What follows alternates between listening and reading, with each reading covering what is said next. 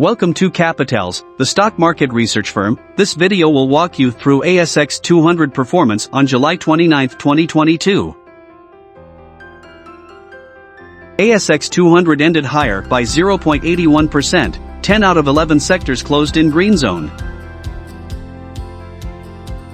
By the end of the trading session on July 29, 2022, the benchmark index S&P ASX 200 ended higher by 0.81% and settled at 6,945.20. Out of 11 sectors, 10 sectors closed higher along with the ASX 200. The A-REIT and Utilities sectors were the top two gaining sectors, gained 2.94% and 2.53% in their index value. On the other hand, the healthcare sector was the only losing sector, declined 0.06% in its index value.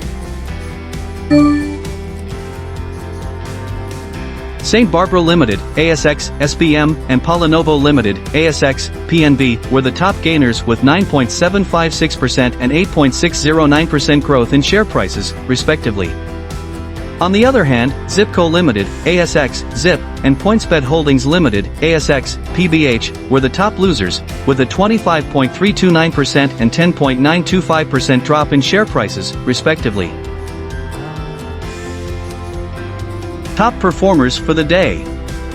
A-REIT, up 2.94%. Utilities, up 2.53%. Top loser for the day. Healthcare, down 0.06%. Other factors influencing the market. S&P ASX 200 closed higher by 0.81%, mirroring a rally on Wall Street, as markets focused on a possible slowdown in the pace of rate hikes rather than a U.S. recession after data showed its economy shrinking for a second straight quarter.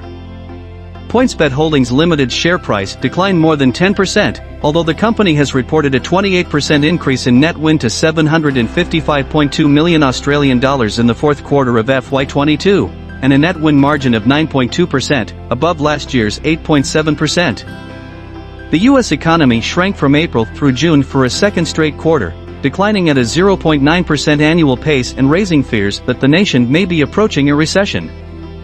Oil prices were higher today, lifted by supply concerns as attention turns to the next meeting between OPEC and its allies, though fears of recession capped gains. Dow has closed up 1%, S&P 500 up by 1.25%, and Nasdaq closed higher by 0.9%. Hang Seng is down by 2.38%, and FTSE 100 is down by 0.04%.